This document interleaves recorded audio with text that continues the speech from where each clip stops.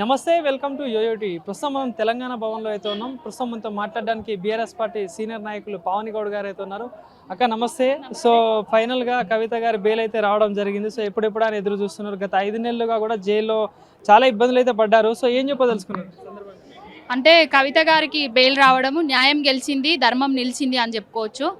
ఎవరైతే ఆమెను అక్రమంగా లేని లిక్కర్ స్కామ్లో ఇరికించి రాజకీయ క్రీడలో భాగంగానే ఆమెను కేసీఆర్ గారిని నేరుగా ఎదుర్కొనే శక్తి లేక ఈ జాతీయ పార్టీలు కవితక్కను పావుగా వాడుకొనే ఈ లిక్కర్ స్కామ్లో ఇరికించిండ్రు. న్యాయం గెలిచింది, ధర్మం నిలిచింది, బెయిల్ వచ్చింది, చాలా సంతోషంగా ఉన్నది. కానీ ఎట్ ఏ టైము బాధగా కూడా ఉన్నది. ఎందుకంటే ఆడబిడ్డ అని చూడకుండా 160 రోజుల పాటు జైల్లో నిర్బంధించి వాళ్ళ కక్షను వాళ్ళకి ఏం కావాలో అది తీర్చుకున్నారు. కానీ కాలం చాలా గొప్పది, ప్రతిదానికి కాలమే సమాధానం చెప్తుంది. మొదటి నుంచి కేసీఆర్ గారు, కేటీఆర్ గారు, హరీష్ రావు గారు కవిత ఎలాంటి తప్పు చేయలేదు, ఆమె కడిగిన ముత్యంలాగా బయటికి వస్తుంది అని చెప్పిండ్రు. కడిగిన ముత్యంలాగానే బయటికి వచ్చింది. సుప్రీంకోర్టు జడ్జే చెప్పిండ్రు ఎలాంటి ఆధారాలు లేకుండా నిరాధారమైన కేసులా ఒక ఆడబిడ్డను ఎన్ని రోజులు ఇట్లా శిక్షిస్తారు అనేసి మొట్టికాయలు వేసి మరి బెయిల్ ఇవ్వడం జరిగింది. న్యాయం గెలిచింది. ఒక మహిళగా మీరు చెప్పండి నాకు, ఎందుకంటే ఒక మహిళని 5.5 నెలలు జైల్లో ఉంచడం అంటే అది పెద్ద చాలా ఇబ్బందులు ఉంటాయి, ప్రాబ్లమ్స్ ఉంటాయి. అటు పిల్లలు ఫ్యామిలీకి దూరంగా ఉండడం అంటే కొంచెం మెంటల్గా కూడా ప్రాబ్లమ్స్ ఉంటాయి. సో మరి ఏం చెప్తారు ఒక మహిళగా, ఆమె బాధను మీరు ఎట్లా చెప్తారు? అంటే ఒక మహిళ బాధ మహిళకే తెలుస్తుంది అబ్బా.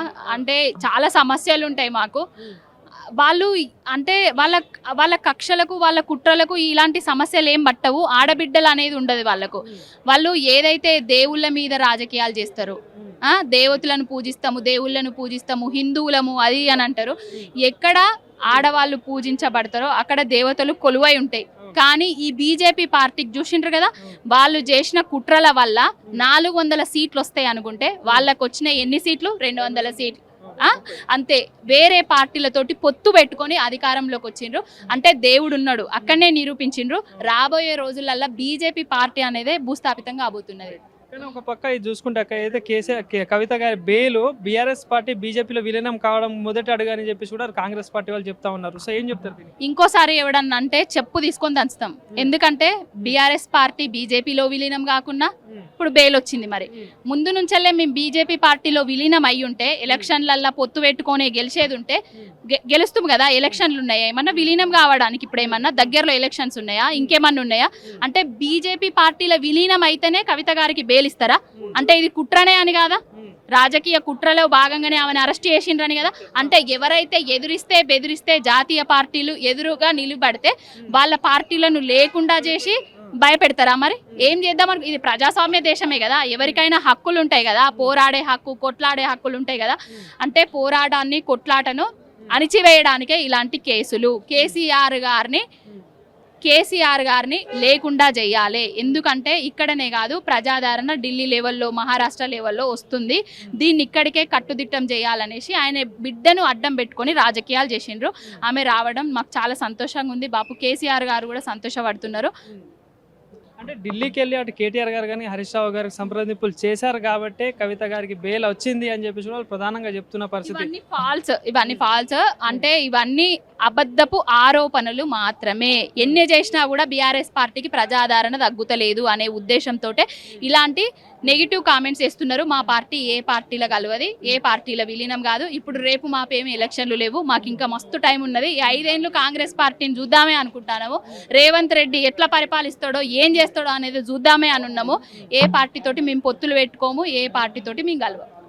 అక్క ఇప్పుడు చూసుకుంటే పరిపాలన అంటే గుర్తొచ్చి ఇప్పుడు ఒక పక్కన రుణమాఫీ పూర్తి స్థాయిలో కాలేదు, అది పక్కన పెట్టేసి హైడ్రా అనేది ఒక సంస్థను తెచ్చి బిల్డింగ్ల అక్రమ కట్టడాలను కూల్చుస్తున్నారు. సో ఇదంతా ఎట్లా చూడొచ్చు అంటారు? ఇగో హైడ్రాకు హ్యాట్స్ ఆఫ్ ఫస్ట్ అయితే. ఎందుకంటే 10 ఏండ్ల నుంచి కేసీఆర్ ఫామ్ హౌస్ కేసీఆర్ అని చూపించారు. కానీ ఫామ్ హౌజులు ఎంత బడా లీడర్లకు, ఎంతమంది నాయకులకు ఉన్నాయో ఇప్పుడు అందరికీ, తెలంగాణ వ్యాప్తంగా ఉన్న ప్రజలకు అందరికీ తెలిసిపోయింది. 40 ఏండ్ల క్రితము ఎవరైతే పర్మిషన్లు ఇచ్చిండ్రో అధికారంలోకి వచ్చిన తర్వాత ఆ పార్టీ వాళ్ళు ఇప్పుడు కూల్స్తున్నది. 40 ఏళ్ల క్రితం ఎవరైతే పర్మిషన్ ఇచ్చిందో వాళ్ళే కూలుస్తున్నారు. ఎందుకంటే రుణం మాఫీని డైవర్ట్ చేద్దామని. రుణం మాఫీ చేయలేక పావుల వంతు కూడా రుణం మాఫీ కాలేదు. ఆగస్టు 15 తారీఖు నేను 100% రుణం మాఫీ చేస్తా అన్నాడు. ఆగస్టు 15 వరకు పావుల వంతు కూడా రుణం మాఫీ కాలేదు. 7,500 కోట్లు ఏవైతే రైతు బంధు పైసలు ఉన్నాయో ఆ రైతు బంధు పైసలనే రైతుల ఖాతాల్లోకి వేయడం జరిగింది. అదిని డైవర్ట్ చేయడానికే హైడ్రా అనే ఒక డ్రామాను క్రియేట్ చేసిర్రు. ఏది చేసినా కూడా కేసీఆర్ గారికి క్రెడిట్ వస్తుంది. ఆయన ఆనవాళ్ళు ఊడుస్తా అనుకున్నాడు, కానీ ఆయన మీద ఉన్న మచ్చని ఏదైతే ఉన్నదో హైడ్రా వల్ల ఫామ్ హౌస్ అని అది తొలగిపోవడం జరిగింది. చాలా సంతోషంగా ఉన్నది. ఓకే.